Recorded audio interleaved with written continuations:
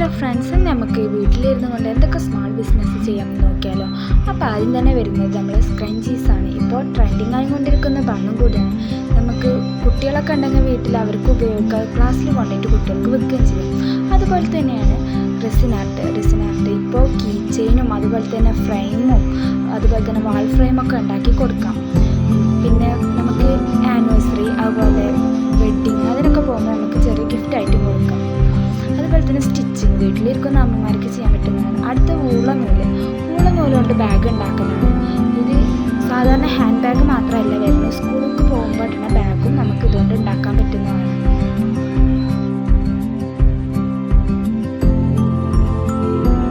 നെക്സ്റ്റായി വരുന്നത് സോപ്പാണ്. ഇപ്പോൾ എണ്ണയുടെ ചിലവ് കാരണം സോപ്പ് നമുക്ക് വേണമെങ്കിൽ സ്കിപ്പ് ചെയ്യാം.